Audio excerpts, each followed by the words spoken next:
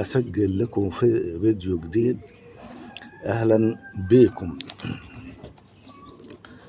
طبعا هتكلم عن أني خلصت علاج اللي هو البرد الخنفرة أول امبارح، وريحت يومين واديت فيهم اللي هو رافع مناعة لليومين دول. وهبدأ طبعا أدي اللي هو علاج الكوليستريديا. علاج الكوليستريديا يأتي معه حاجة اسمها اللوكولاي مرض. تمام كده. المسببات نوعين من البكتيريا. بكتيريا الكوليستريديا طبعا بكتيريا اسمها شيرشيا اوكولاي، بيجي معاه شيرشيا اوكولاي. بكتيريا الكوليستريديا لو دخلت على الأمعاء الدقيقة لا تجعلها لا تهضم الأعراض إسهال مائي بكثرة مع تحجر الحصالة لعدم صرف الأكل. عدم صرف هو السبب، بيكون التهاب الأمعاء الدقيقة، انتفاخ الأمعاء ولونها أسمر بالداخل، وهذا يؤدي إلى عدم امتصاص الأكل القادم من الحويصلة من خلال الخملات الموجودة بالأمعاء، فبتوقف تصريف الحبوب اللي هي بتيجي من الحصالة. وطبعا بيبقى فيه شرب مية كتير وانتفاخ الحصالة بالأمعاء. العلاج بيكون طبعا مضاد حيوي، بيكون في مادة اسمها مادة اللي هي أموكسيسيلين. طبعا هي موجودة ولا مقلوبة؟ طبعا مش عارف، كتابة مقلوبة تقريبا. بتبقى اللي هي أموكسيسيلين، بيكون المادة الفعالة اسمها اللي هي أموكسيسيلين بشري. طبعا انا بحط الكبسولة دي، طبعا بتبقى كبسولة بفتحها، هي كبسولة واحدة بحطها على لتر مية، على 100 لتر مية. ودي طبعا اسمها اللي هو فولوموكس 1000. طبعا انا بحط نص الحباية دي على لتر مية، وبعد كده بندي لمدة 3 أيام، وبعد كده نتوقف يومين ونعطي في اليومين مضاد سموم. طبعا اللي هو اليومين اللي احنا بنتوقف فيهم ندي مضاد سموم، بندي فرصة اللي هو البكتيريا، نعمل توازن ما بين البكتيريا الضارة والنافعة لإعطاء فرصة لعملية الهضم. تمام كده. نعطي بعد اليومين اللي بنتوقفهم 4 أيام مضاد حيوي مرة تانية، اللي هو أموكسيسيلين، اللي فيه مادة اللي هي فولوموكس، اللي فيه المادة الفعالة اللي اسمها أموكسيسيلين. تمام كده. وبعد ذلك بنتوقف يوم واحد بنعطي فيه مضاد سموم مرة. تمام. في الغالب المرض طبعا بيروح. أما إذا استمر المرض نعطي مع المضاد الحيوي اللي هو مادة السلفة. ومادة السلفة بتبقى موجودة في اللي هو سبتازول. تمام كده. وطبعا بنعمل وبكده في الغالب المرض بيروح. طبعا أنا بدل اللفة دي كلها أنا بعمل 5 أيام وبريح يومين وارجع تاني أعالج 5 أيام. وطبعا العلاج هيكون أنا جايب قرص. طبعا القرص ده بقسمه نصين. تمام كده. وأنا اسمه جاهز هنا تمام. وبحطه وبصحنه في حاجة هي المدقة دي فيها مية، وبصحنها طبعا مش هصحنه، وبحطه على لتر المية. وسبتازول اللي باخد منه سنتي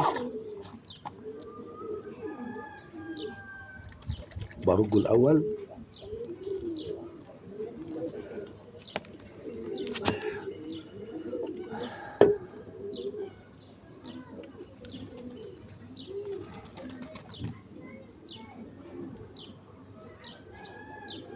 ادي السنتي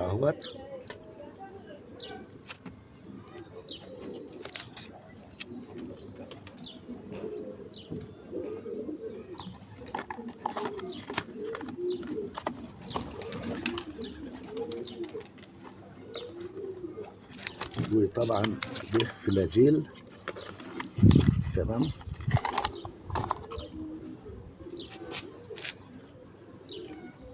برج الاول الازازه.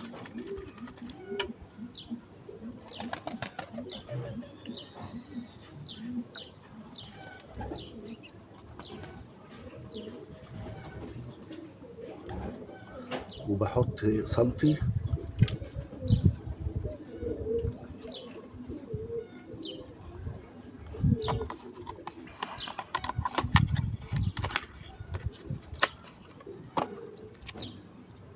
وبحط ده اللي هو ايه خل ابيض، احط ايه 10 سنتي طبعا على لتر الميه.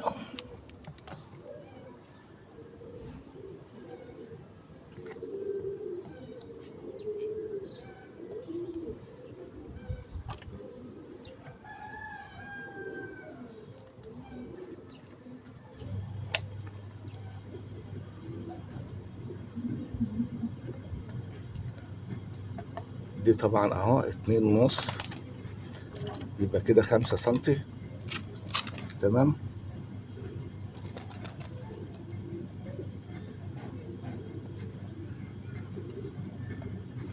ادي 3 يبقى 7.5.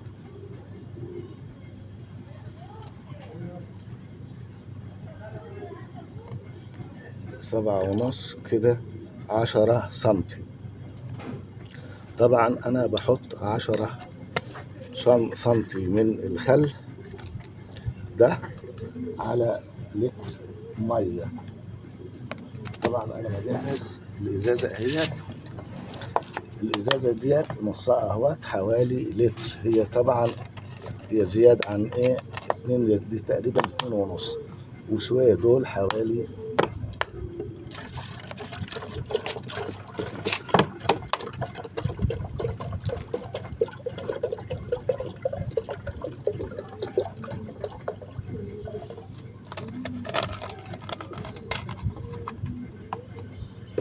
طبعا انا كده انا حطيتهم كلهم مره واحده بدل الايه 3 ايام.